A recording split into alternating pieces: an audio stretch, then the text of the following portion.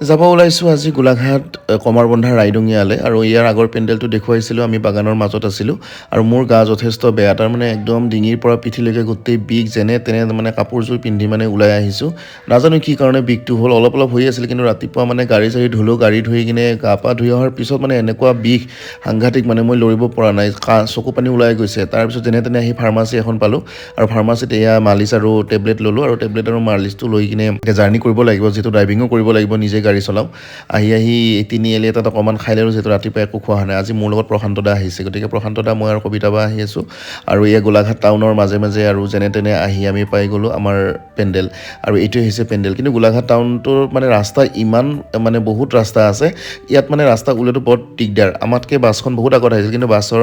মানুহখিনি এতিয়াও আহিয়ে পোৱা নাই আৰু আমি আহি পালোঁ আৰু আহি পাই মই বেছি সময় ৰ'বলগীয়া নহ'ল আৰু তাৰপিছতেই মোক ৰুম দেখাব যোৱা মানুহজনে ৰুমটো দেখাই দিলে আৰু এইটো হৈছে মোৰ ৰুম য'ত মই 3 দিন থাকিব লাগিব গতিকে ৰুমটোত অকণমান